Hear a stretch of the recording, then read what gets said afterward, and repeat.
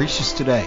This is a podcast dedicated to the poet Lucretius, who wrote On the Nature of Things, the only complete presentation of Epicurean philosophy left to us from the ancient world. Each week we'll walk you through the Epicurean texts and we'll discuss how Epicurean philosophy can apply to you today.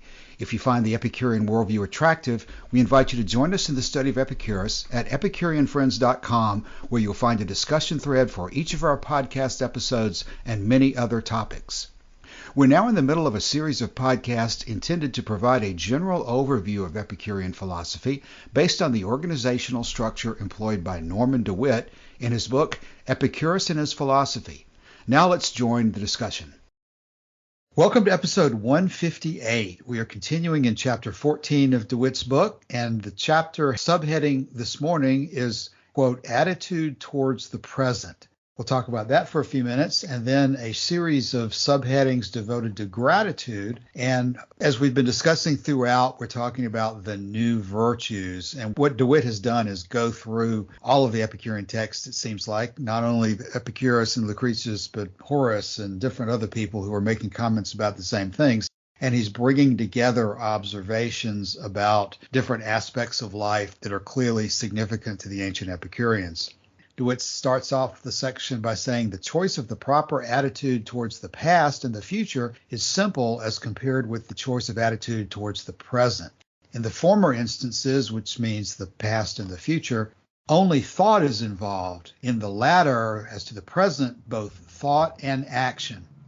Other choices may be made at leisure. The choices and decisions of the present admit of no postponement.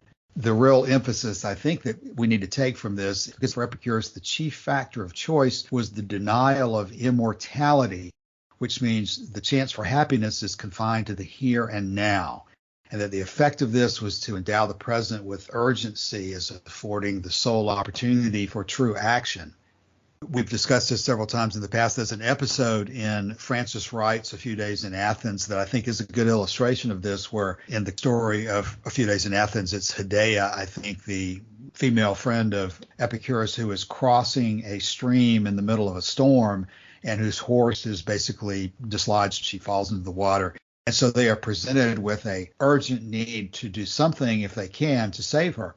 And Francis Wright illustrates it by having Theon, the younger person, spring first into action. He goes out into the stream and makes an effort to save her. And in the story, it sounds like he's faltering. And so Francis Wright has Epicurus himself at the last minute go in and save both of them. With the point being made there, you wait until the proper time to take action. But when the proper time is there, you take it with urgency and diligence and vigorousness. You're going to time your action according to when it is going to produce the result that you want. And when the time comes to act, you're not going to delay. You're going to go ahead and do what is necessary. There are times when you can act, and there are times when it's too late to act. There's times when it's too early to act. But the present is the only opportunity that you do have to act. And so it's therefore really important to be taking all this into consideration and realizing that life is not a preparation for an eternity in heaven thereafter. Life is all you have. And when you have this perspective, you're going to be more serious and act more diligently and urgently than people who think that, oh, this is just a prelude for playing those harps in heaven after you die. Right, Cassius, or for people who think that without this being a prelude to heaven, that it's entirely meaningless and that we would just be better off not existing. So it's between both of those extremes. Throughout this whole book, it seems like I'm finding Epicurus to be threading this path between two extremes. In this case, it's the extreme between the belief in immortality and, on the other side, nihilism. The belief that nothing really matters. So it's true that he's denying immortality, but to go as far as nihilism is something well beyond the pale of what Epicurus is actually doing here. And Horace's advice, which we're going to get to a little later down here, carpe diem, seize the day, or pluck the ripe fruit, as I think John prefers to translate, hardly makes sense in a world where nothing has any meaning. So that's the other problem to be avoided. Yeah, Joshua, DeWitt uses not only that example from Horace that most people are familiar with the Carpe Diem, but one that people are less familiar with, sapere aude incipi, which DeWitt translates as dare to translate wisdom into action, make a beginning. That sounds like an elaboration on 3 words there, but from wisdom, action, and then, make a beginning. Yeah, you just don't take the knowledge that you have and just think about it. You use that knowledge and apply it and then take action based on it. And so DeWitt goes on and cites several examples where the folly of procrastination was preached by both Epicurus and Metrodorus. And he says, Seneca quotes Epicurus, quote, among other vices, this characterizes folly. It is always just beginning to live. And then, quote, it's vexatious to be always just beginning the life of wisdom. And then adding to that, Vatican saying 30, quote, some men devote life to accumulating the wherewithal of life, failing to realize that the potion mixed for us all at birth is a draught of death. Vatican saying 14, we're born once and cannot be born twice, but must to all eternity be no more. And fool that you are, though not a master of tomorrow, you postpone the hour, and life is frittered away in procrastination, and each one of us goes on making excuses till he dies. So we got a hint there, Cassius, of what the answer is to my question, which is, what are we supposed to avoid procrastination in doing? And it says here, beginning the life of wisdom. That's what we're supposed to avoid procrastination in doing. So it's not necessarily the case that procrastination in general is a great moral evil. It's that you've only got a limited amount of time really to figure this stuff out. And Epicurus certainly thought that your happiness as a human being depended on having answers to these questions. And so postponing the question is going to have an impact on your present happiness, but also on your future happiness. So that's the great problem, it seems like.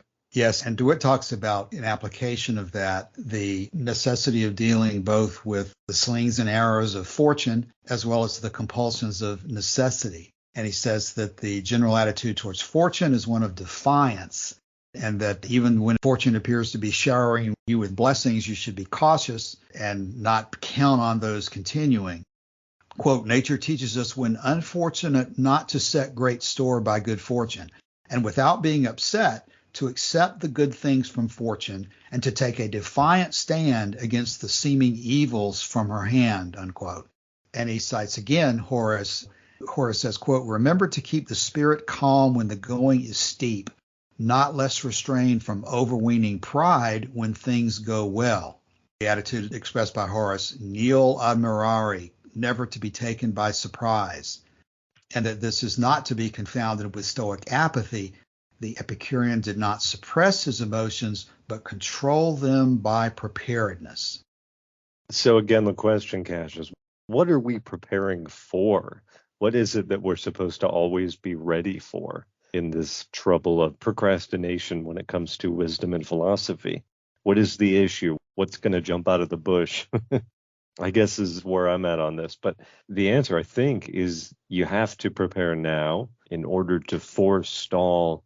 Epicurus said that the future is neither wholly ours nor wholly not ours, and so forth, and that there's all of these different, you could call them forces at work in our lives, everything from chance to free will to fortune and so forth.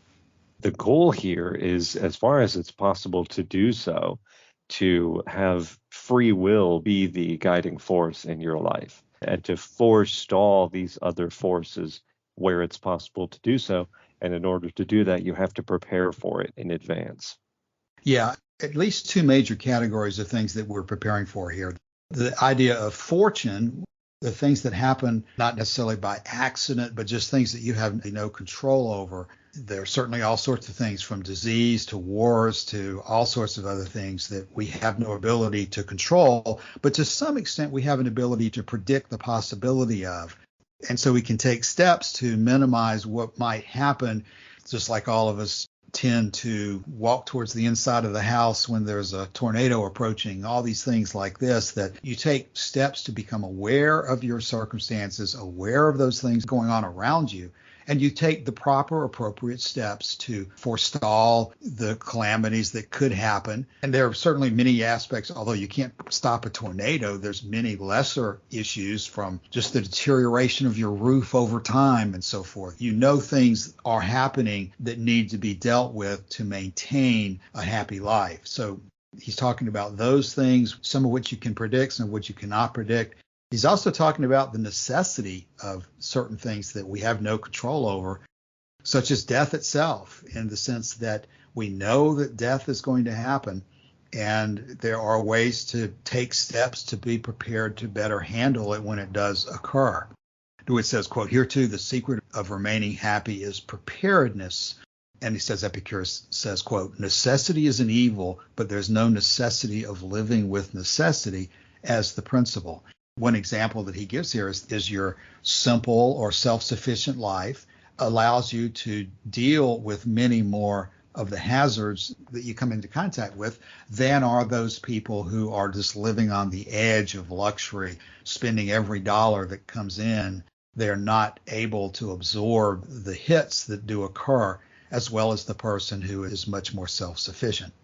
In relation to death, there was a debate about how to deal with bereavement when one of your close friends or relatives passes away, and whether you should basically wail or scream, yell out in the face of death like certain cultures seem to favor. He says Epicurus recommended recognition of the inevitable, but ruled out the wailing that was widely in vogue. Vatican saying 55, quote, "We must heal our misfortunes by grateful recollection of those who have passed on, and by recognizing that what is done cannot be undone."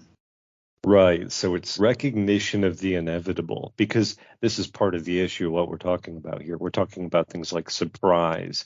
You shouldn't be surprised by your own mortality. That should be something that you've had well in mind for basically your entire mature life. So when it comes, you're not going to act like someone who feels like they've been robbed or cheated, because you've known your entire life that this was going to happen. Some people have this desire to sort of block this thought out. They don't want to think about their own death. And it's going to be that much worse for them when it comes, or the deaths of those close to them. It's going to be that much worse to them when the day comes. Yes, and there's certainly ways to get prepared to deal with that, although when it does affect you directly with one of your loved ones you've been around for many, many years, there's just an undeniable impact that it's going to have on you. I had a friend just recently talking to me about how his mother had passed away and his father was distraught. And of course, people who have a belief that the soul is immortal and people are going to go to heaven, and they're confronted with all these questions about the most deepest assumptions they've made about life. And it's far better to have thought about these things ahead of time than to wait for the impact to hit you and then be sent reeling much more out of control than you would be if you'd thought about these things previously. Okay, we can probably transition onto the next subheading, because one of the ways that Epicurus does talk about dealing with these problems of life, of offsetting, even in his own situation, the pain he was in when he was about to die, is this issue of gratitude that DeWitt is going to talk about for the rest of this chapter. Gratitude has many, many different functions and aspects to it, but one of them, in dealing with the death of a friend or death of a relative, is to be grateful for the time that you did have with that person. Again, talking about Francis Wright, there's a particularly good section in Francis Wright. You may feel very sorry that you've lost this person, but you knew it was coming. And would you have preferred not to have ever known this person in the first place? Because the price of knowing someone and having pleasure from being their friend or their relative is knowing that at some point either you or they is going to die first. But you would not give up the joy of having gone through life with that person. The thought of giving it up because you're just so scared of the pain of leaving them is a terrible way of approaching life, based on the many texts where Epicurus talks about this. In fact, we should probably take a slight detour. You've already referred to it, Joshua. We've had reason recently to be discussing from the letter to Menorchius, where Epicurus goes into all of this in detail. Nothing terrible in life for the man who truly comprehends. There's nothing terrible in not living. and that the man speaks idly who says that he fears death, not because it will be painful, because it's painful in anticipation, and that the wise man neither seeks to escape life nor fears the cessation of life, for neither does life offend him, nor does the absence of life seem to be an evil. And just as with food, he does not seek simply the larger share and nothing else, but rather the most pleasant, so he seeks to enjoy not the longest period of time, but the most pleasant. That's a line there that we need to come back to regularly, because it's a very clear statement that length of time is not the primary way you judge the type pleasures that you go for. It's the most pleasant and not necessarily the longest. And then here's the part that's most relevant to what we're talking about right now. And he who counsels the young man to live well and the old man to make a good end is foolish, not merely because of the desirability of life, but also because it's the same training which teaches to live well and to die well. Yet much worse still is the man who says it is good not to be born, but once born make haste to pass the gates of death. For if he says this from conviction, why does he not pass away out of life? For it's open to him to do so if he had firmly made up his mind to this. But if he speaks in jest, his words are idle among men who cannot receive them. And so there's just no doubt in Epicurean philosophy that Epicurus believes that life is desirable, that death is undesirable. It's not something to be afraid of when it comes, but life is desirable while you have it, and you should take advantage of it and not just constantly be concerned about the suffering that is there, because life is going to be with you only for a short period of time, and it's worth having despite the suffering. You know, we've got principal doctrines 3 and 4 that talk about how pain is manageable, that it's generally short if intense, and if it goes on for a long time, it's usually manageable. And then again, if for some reason you've got an unmanageable pain that there's no way out of, there is always death as a relief from that pain. So there's ways to manage the situation and not just become comatose or immobilized by the suffering that you see around you. It's up to you to take steps to deal with these issues in an intelligent way and make the best use of the time that you have available to you. We're going to go into several very interesting sections here in this beginning of gratitude related to death. DeWitt talks about the cultivation of gratitude, quote, "Moreover, it lies in our power to bury, as it were, unhappy memories in everlasting oblivion, and to recall happy memories with sweet and agreeable recollection," which is what Epicurus was doing as he was in pain right before he died. And one of the interesting ways that this question becomes a controversy is Solon apparently took the position that he refused to judge a man happy until death had placed him beyond the reach of misfortune. The bottom line would be is you don't know whether you've got a happy life or not until you're dead, apparently is the position that Solon was taking. Epicurus, in contrast, in Vatican Saying 75, said, quote, "The adage which says, 'Look to the end of a long life,' bespeaks a lack of gratitude for past blessings." You were talking a little bit ago, Cassius, about the letter to Menoikeus and this antinatalist position that we would be better off if we had never been born. This virtue of gratitude here in this section completely refutes that approach, or at least for Epicurus it does, because life is something that we should have gratitude for. And not just looking back after we die should we have gratitude for life, that all throughout our life, our past blessings are a store of pleasure for us to draw on until we die. So that's a very interesting approach from Epicurus, and it relates to this issue of gratitude. What you've experienced in the past is your storehouse. This is your treasure house, is a way of looking at it. This is something that you can rely upon for the rest of your life, even in bad times, I think is the approach here. And for that, we should have gratitude. Yeah, I think this is a tremendously important issue because you see it regularly where people, for whatever reason, come to this conclusion that they would have been better off if they had never been born. And they look around at the suffering in life of animals or other human beings and say they would have been better off if they'd never been born.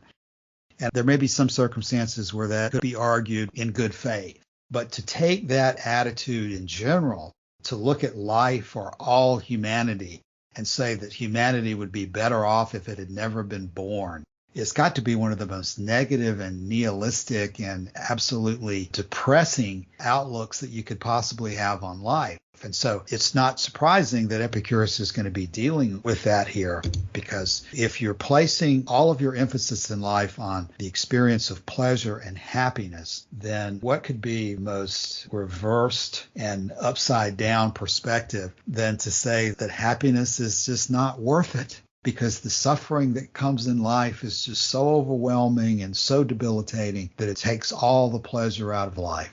There's something very, very wrong about that, at least from the position of Epicurus. And everybody, I think, needs to take a position on that. And they often come to that question during these very difficult times of life when something happens to them. They say, I wish I'd never been born. Well, that's a very short-sighted way of looking at things that Epicurus is specifically denouncing. It's not only wrong philosophically, but it's just a very impractical and very debilitating. It undercuts your ability to continue on with life successfully if you take that position. And the argument is, it's certainly one that takes seriously because people do make it.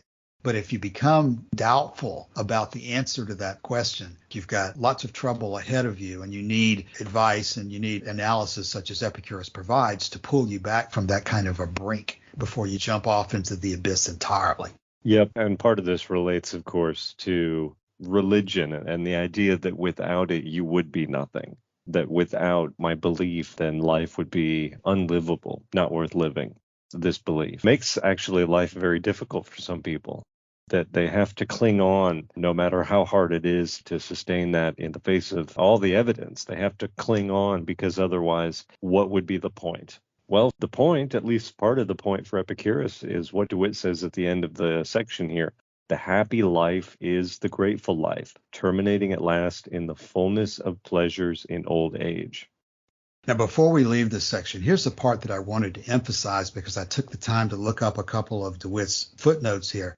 His last paragraph in this section is, no less radical was his parting with Plato, whose espousal of the contemplative life, along with the belief in immortality, was bound to result in construing life as a preparation for death. In footnote 111 here, there's two sources that I'm going to take the time to talk about for just a minute, but DeWitt continues on and says, Epicurus, denying immortality, was equally bound to think of life as narrowly confined to the interval between birth and death, and consequently to construe it, as Joshua just said, as a preparation for a happy and triumphant old age. For this victory over death and the grave, he found the cause in gratitude for past blessings. The happy life was the grateful life, terminating at last in the fullness of pleasures in old age. But I don't want to pass over these footnotes. Footnote 111, where DeWitt is citing, without quoting here, both Plato in his Phaedo and Cicero in his Tusculan Disputations. And you hear somebody say, well, the contemplative life combined with immortality leads you to think that life is a preparation for death. And you hear somebody say that and say, oh, that's an exaggeration. That's not the way it really is. But that is exactly what Plato says in the Phaedo. I encourage people to look that up. I'll put the links in the show notes. But Plato goes on talking. In fact, then, the true philosophers practice dying, and death is less terrible to them than to any other men. Consider it this way. They are in every way hostile to the body, and they desire to have the soul apart by itself alone. Would it not be very foolish if they should be frightened and troubled when this very thing happens, and if they should not be glad to go to the place where there is hope of attaining what they long for all through life, and they long for wisdom and of escaping from the companionship of that which they hated? When human loves or wives or sons have died, many men have willingly gone to the other world, led by the hope of seeing there those who they long for and being with them. And shall he who is really in love with wisdom and has a firm belief that he can find it nowhere other than in the other world, grieve when he dies and not be glad to go there? We cannot think that, my friend, if he is really a philosopher, for he will confidently believe that he will find pure wisdom nowhere else than in the other world. And if this is so, would it not be very foolish for such a man to fear death? So there's Plato talking about that if you really value wisdom, then you realize that the body is the problem that traps you and keeps you separate from pure wisdom. So why not embrace death? Because then when the soul is freed from the body, you're going to have pure wisdom, which is what you're looking for in the first place. And then DeWitt also cites in Tusculan Disputations, section 30, line 74, but these reflections are of long standing and borrowed from the Greeks. But Cato left this world in such a manner as if he were delighted that he had found an opportunity of dying. For that God who presides in us forbids our departure hence without his leave. But when God himself has given us a just cause, as he formerly did to Socrates and later to Cato, and often to many others, in such a case, certainly every man of sense would gladly exchange this darkness for that light. Not that he would forcibly break from the chains that held him, for that would be against the law, but like a man released from prison by a magistrate or some lawful authority, so he too would walk away, being released and discharged by God. For the whole life of a philosopher is, as the same philosopher says, a meditation on death. Now, I think the point DeWitt is making here is that Epicurus has a very, very different emphasis than this traditional Platonic Socratic view that in the duality of the body and the soul wrestling with each other all through life, we should welcome the release of the soul from the body. If you believe that there is no immortal soul, as Epicurus believes, you're not welcoming the release of the soul from the body because you know that that brings nothingness after that. You're not afraid of it. You're not going to be in pain when it happens, but you're not going to welcome it because the things that are good to have occur while you're alive. Part of what's so remarkable, Cash, is that we know that this is the position of Plato. We know that this is the position of many of these thinkers who are looking to life beyond the grave as not only a continuation of life, but as something better than life. Cicero, I think, has a quote. He says that I believe in the immortality of the soul, and I would not have this belief wrested from me. Even if it's false, I would not have this belief wrested from me while I was still living. So the idea that this should be a great comfort for people is one that's made repeatedly. But what we find, what I find, is that I'm not really sure that that works. And of course, the most famous example of this, and I'm not going to quote it, is the soliloquy in Act 3, Scene 1 in Hamlet. To be or not to be, that is the question. And it goes on and on. We say that it's even better beyond the grave, but we're all still very afraid of dying. It seems to be one of the great problems with this approach. It doesn't seem to work. Yeah, it doesn't seem to work practically. And if you take an Epicurean position that you're going to evaluate everything by the evidence that you have, it doesn't work philosophically. It's a position that is filled with contradictions and filled with violations of the evidence that we have in front of us about how the world works and how life works. I think the subject that we're talking about right now is one of the very most important subjects in Epicurean philosophy that needs to be stressed at the very beginning of any person who wants to get involved with Epicurus. You're going to evaluate the way you live your life according to the knowledge that after you die, you're not going to be around anymore to do anything else. You're not going to be rewarded. You're not going to be punished. And if you understand that and take it to heart fully, I don't think it's reasonable to take the position that Epicurus was consumed with running from fear, with running from pain. Because if running from pain is your number one goal, it's very easy for you to escape pain by just simply terminating your life.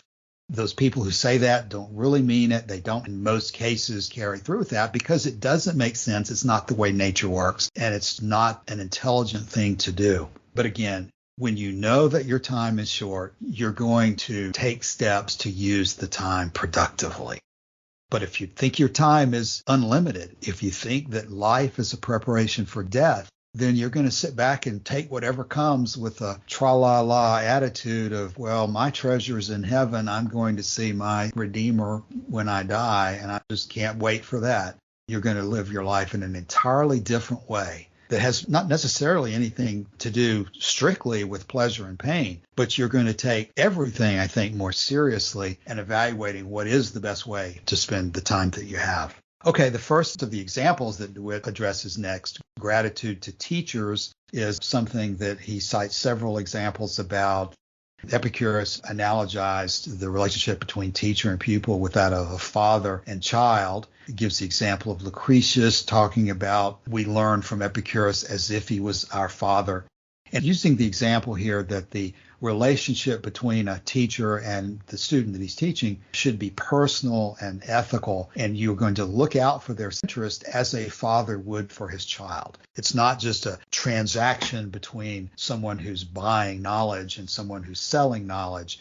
It's a relationship of affection and respect and desire for the well-being of the student. You know, Cassius, I just now made this connection in my mind between what DeWitt says about Lucretius and Epicurus as a sort of father figure in philosophy, and what he immediately says after that about Agamemnon, who is the father of Iphigenia and symbolizes the old sort of religious approach that Epicurus was rebelling against. In the case of Epicurus, the mode of approach here is to foster philosophy, which is what Lucretius is trying to do with his poem.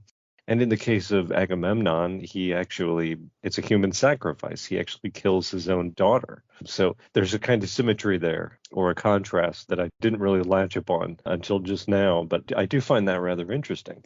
Yeah, a father who places his religious views above the life and interest of his child, in the case of Agamemnon, and in the case of Epicurus, is a father who is pursuing both what he thinks is the truth, but also realizing that the goal is to benefit the living person and to have him live the life that's happiest for him, rather than from some other supposedly higher goal of the nation or the state or the religion or virtue even.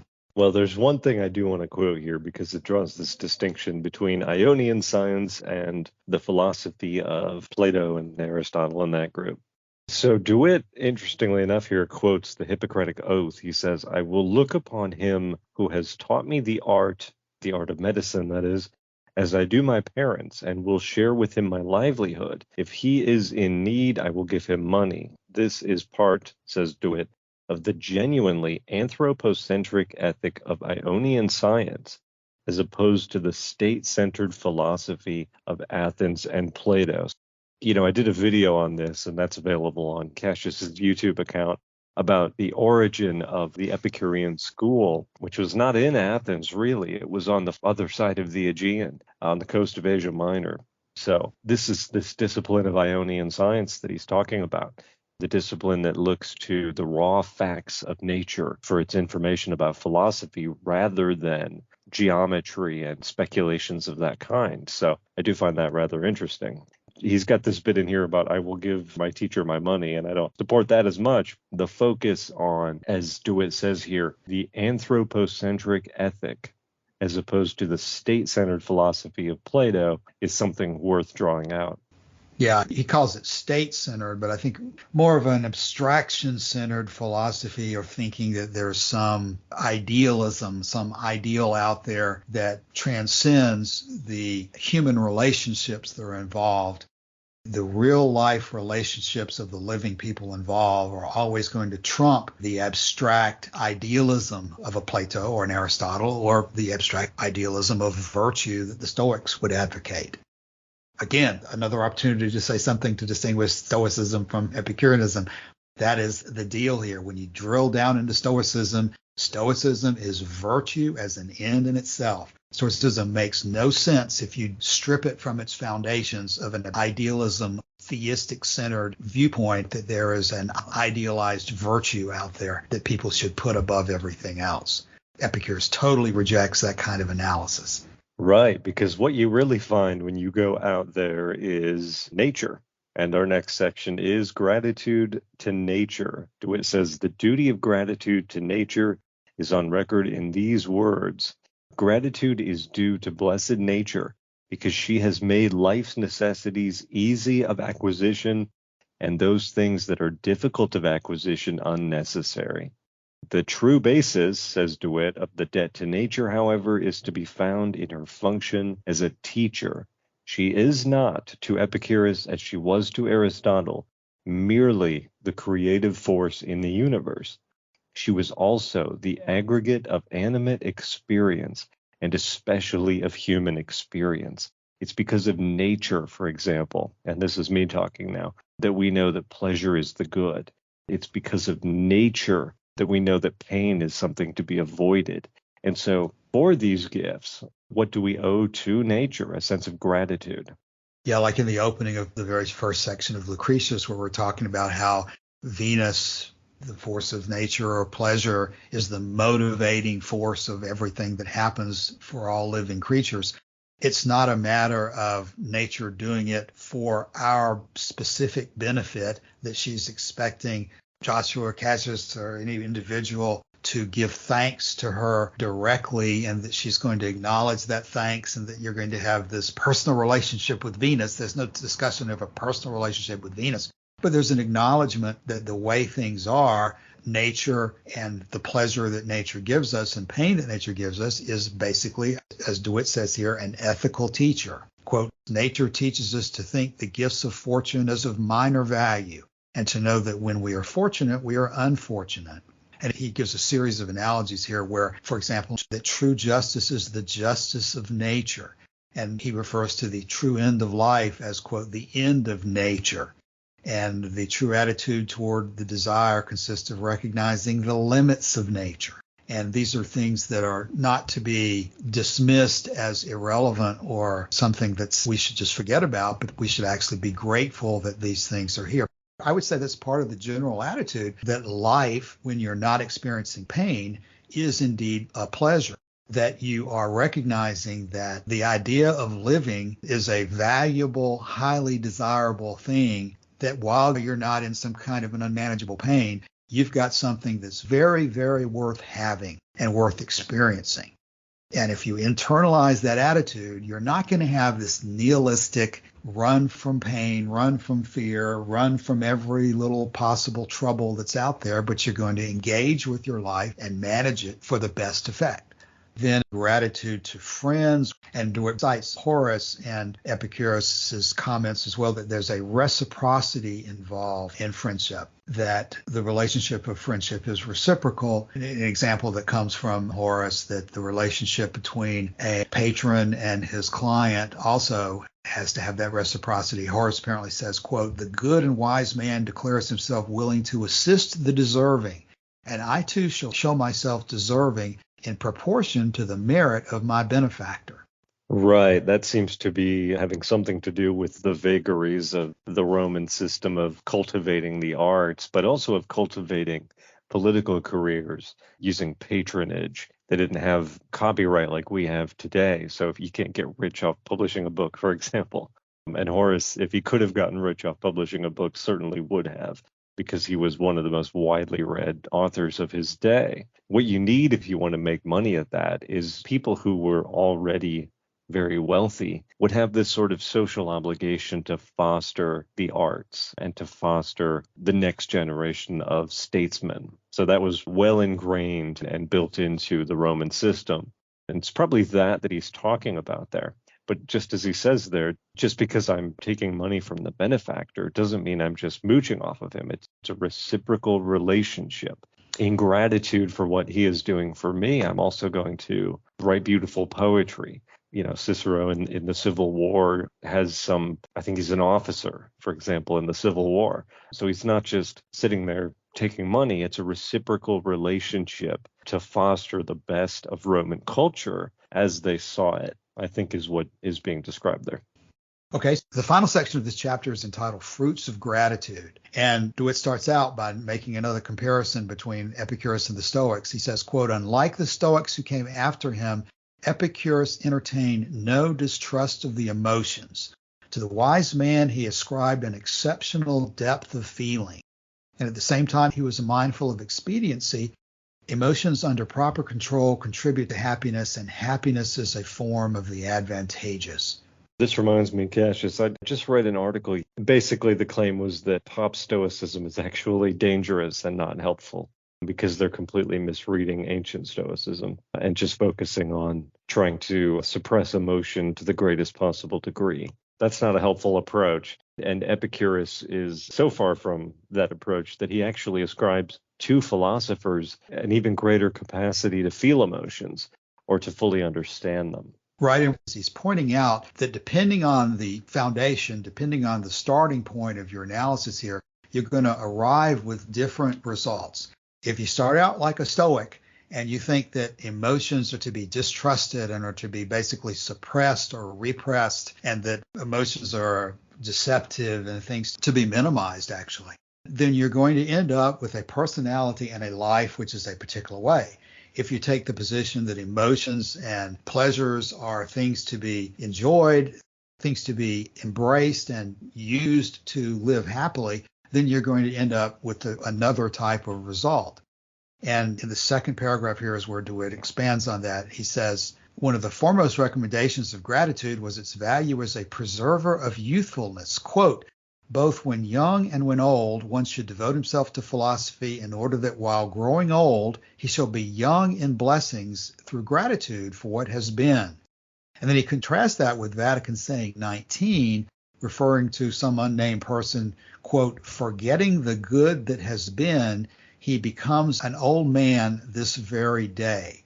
Emphasizing, I think, the point that someone who has an attitude of gratitude toward life, who is enjoying his life, who's appreciative of what he's got, no matter how much or small it might be, who understands that life is pleasurable, that person is going to have a youthful embrace of life that is not corrupted. It's not jaded. It's not resigned to the awfulness of suffering, and that you should just basically embrace death and hope for it to come. That's two of the most opposite attitudes you could possibly have. And what is emphasizing here is that Epicurus is connecting your attitude of gratitude for these things that you have with the better result, which is the much more positive and happy attitude towards life. He quotes also Vatican saying 35, quote, we must not spoil the enjoyment of the blessings we have by pining for those we have not, but rather reflect that these two are among the things desirable. The life of the fool is marked by ingratitude and apprehension.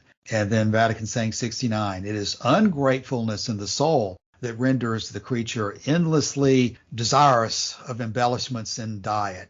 What he says here at the end of that paragraph is the argument here subsumed is that gratitude is due to nature for rendering the necessities easy of acquisition and the luxuries difficult. And then in the next chapter, gratitude for the blessing of friendship is extolled for its comforting and healing influence. We're kind of recapping what we've gone over earlier. Vatican saying 55 is directly on point. One should heal his misfortunes by grateful recollection of friends who have passed on, and by reflecting that what has once happened cannot be undone. And so where DeWitt goes as he begins to close this chapter here is he's again telling us to confront this question of immortality. DeWitt actually uses the word that some people might look down upon Vatican saying 55 as being pathetic, or look down upon it as saying, those poor Epicureans, they did not have the hope of immortality, so therefore they must have led miserable lives, thinking that there's no future for them after they die and they're never going to see their loved ones again. Oh my gosh, how sorrowful that is that they should take that attitude. But I think the Epicureans would throw that back in the face of someone who tried to argue that Epicureans are prophetic or that Epicureans are to be pitied. In fact, there's a verse from Paul in the New Testament to the effect that no one is to be more pitied than a Christian if indeed there is no resurrection, something to that effect. That's probably the issue that DeWitt is really hinting at here. It's important to take a position on, is the soul immortal? Is there life after death? If so, then you'd better live your life preparing for eternity after death. You'd better live your life in conformity with what the priests tell you to do, with what these books tell you to do that supposedly have been delivered from divine revelation. You better study all of those as closely as you can and make all of your decisions as rigorously as you can in conformity with these dictates of religion if you believe that to be true. But if you don't believe it to be true, and if you believe that there is no immortality, that there is no life after death, then you're going to live your life in an entirely different way. And you can say that, oh my gosh, that's pitiful that these people had no hope for life after death. But I think they would turn it back on its head and say, oh my gosh, you are living your life in darkness. You are wasting your life thinking that you're preparing for some eternity in heaven when it does not exist. You have been defrauded. You have been cheated of everything that life had to offer you. And so I don't think an Epicurean by any means would accept that it's too bad that there's no life after death. He would say, I'm going to go with reality. I'm not going to put my hopes in something that has no proof of it. I'm going to use my time as best I possibly can while I have it. I think it's hard to overstate the significance of this issue. And what DeWitt is saying here is that Epicurus is not oblivious to the fact that it's very difficult to deal with death, especially those of your loved ones. And he's saying that what Epicurus was suggesting here is to think about the gratitude that you have for the time that you've had in life, the time that you've had with them, and realize that you wouldn't trade that for anything in the world. You certainly would not give it up out of fear that you were eventually going to be in the pain of losing it. You would embrace it while you have the chance to embrace it. You would realize that life is temporary. That's what nature provides. And you would be grateful to the scheme of things that you've been given the opportunity to experience it at least once yourself. Which, of course, leads to some of the concluding passages from the Vatican sayings. For example, Vatican saying 47, when necessity does remove us, spitting scornfully upon life and those who foolishly cling to it, we shall depart this life with a beauteous paean of victory, raising the refrain that we have lived a good life. Yeah, and more or less you get the same sentiment in Diogenes of Wanda, don't you? Spitting contempt on life and so forth, but shouting aloud that he had lived well. Yeah, and so here's the way Diogenes of Wanda stated it. Having already reached the sunset of my life, being almost on the verge of departure from the world on account of old age, I wanted, before being overtaken by death, to compose an anthem to celebrate the fullness of pleasure, and so to help those now who are well constituted. Now, if only one person or two or three or four or five or six or any larger number you choose, provided it's not very large, were in a bad predicament, I would address them individually and do all in my power to give them the best advice. But as I've said before, the majority of people suffer from a common disease, as in a plague, with their false notions about things, and their number is increasing, for in mutual emulation they catch the disease from one another like sheep. Moreover, it's right to help also generations to come, for they too belong to us, though they are still unborn. And besides, love of humanity prompts us to aid also the foreigners who come here. Now, since the remedies of the inscription reach a large number of people, I wish to use the Stoa to advertise publicly the medicines that bring salvation. These medicines we have put fully to the test, for we have dispelled the fears that grip us without justification. And as for pains, those that are groundless we have completely excised, while those that are natural we have reduced to an absolute minimum, making their magnitude minute. So that's Diogenes of Oinoander expressing, again, the opposite. He's not embarrassed. He's not, woe is me, I'm a pathetic person because I have no future after death. He's proud of the choices that he's made and happy with the results of his life. And even at the end of it, when he's about to pass away, he is enjoying the benefits and the satisfaction, the meaningfulness that comes from telling other people that they can do the same thing and helping dispel the errors of those who are convinced that religion offers them something that it cannot hope to actually fulfill. You know, it occurs to me, Cassius, what a good counterpoint that really is to the end of Lucretius, this horrible account in the end of the 6th book of Lucretius's poem about the plague in Athens. Mm-hmm.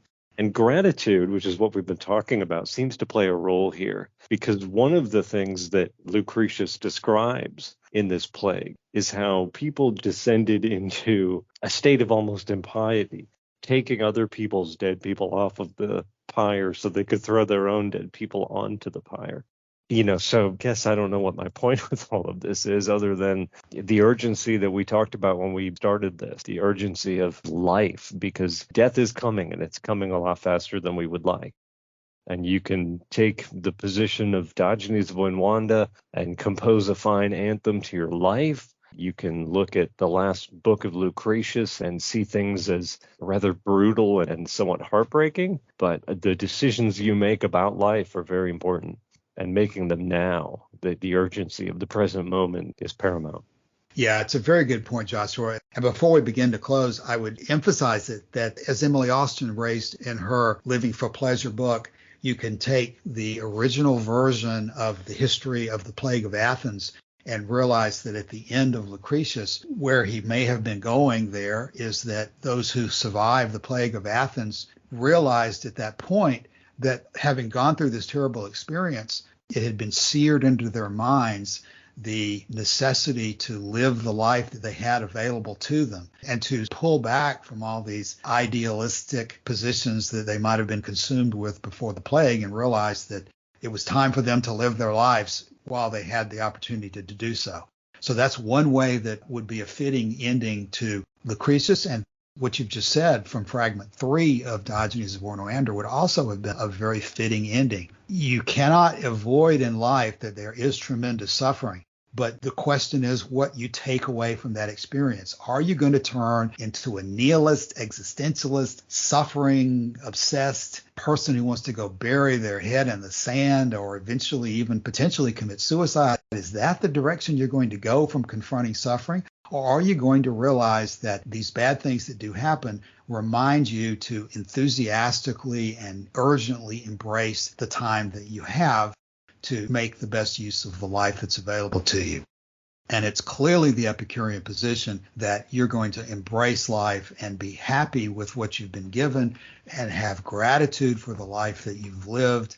And Vatican saying 47, spitting scornfully upon life and those who foolishly cling to it, we shall depart this life with the victory song, raising the refrain that we have lived a good life. Okay, so the end of chapter 14 here. What's interesting about this whole chapter is we don't talk about virtue very much, so it is worth going through. Calasini? This podcast has brought up that there are some Epicurean exercises, practices, which can be done. And I'm just going to say a few.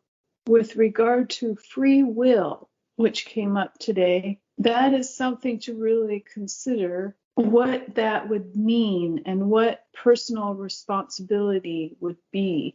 You're personally responsible for your well-being. And then also preparing for death would be another kind of practical exercise. I'm not really giving specific exercises, but I'm bringing up the idea that these are things that should be thought about, and time should be taken to contemplate these things. So not only your own death, but the death of your loved ones, to prepare ahead of time for that.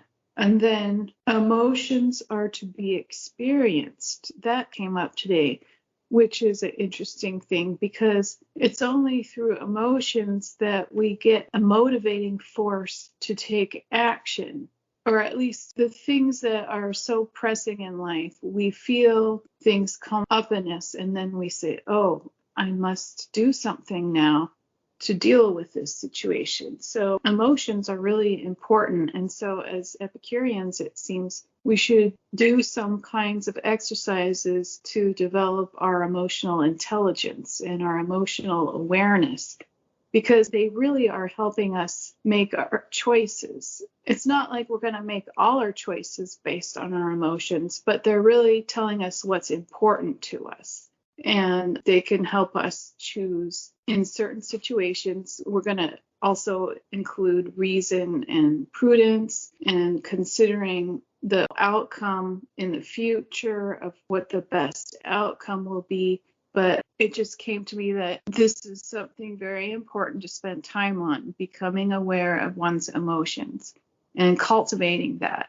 And then also gratitude was brought up today. So lots of exercises that could be done, contemplations to be done regarding gratitude, remembering one's teachers, remembering loved ones who have passed away, and of course, everyday kinds of gratitude for the good things that are happening and have happened. And yeah, so this has been an interesting podcast today for me. So thank you. Yeah, the whole chapter in terms of presenting a list of virtues really does amount to a list of things to do. The virtue presumably meaning exactly that these are strengths and things that should be pursued in order to live a happy life. Joshua? Yeah, I don't really think I can add much more to what Colosini said. I think she has a very good approach to this, which is it's no good if it's sitting in Norman DeWitt's book on your bookshelf, that some of this has to find its way into your life as you live it, or there's no point in even doing it, really. Yes, that's right. Well, it's been a good chapter. Next week, we're going to come back and start chapter 15, which is the final chapter in the book. It's entitled Extension, Submergence, and Revival. And it's going to be basically a survey of what happened to the Epicurean school in the years in which Christianity eventually took over and crowded out everything else. And so we'll go into that chapter next week. In the meantime, if you have any questions or comments about the podcast, please drop by the forum and let us know. We'll do our best to answer them. We hope you'll participate with us at EpicureanFriends.com in the study of Epicurus. So until then, thanks for your time today. See you next week. Bye.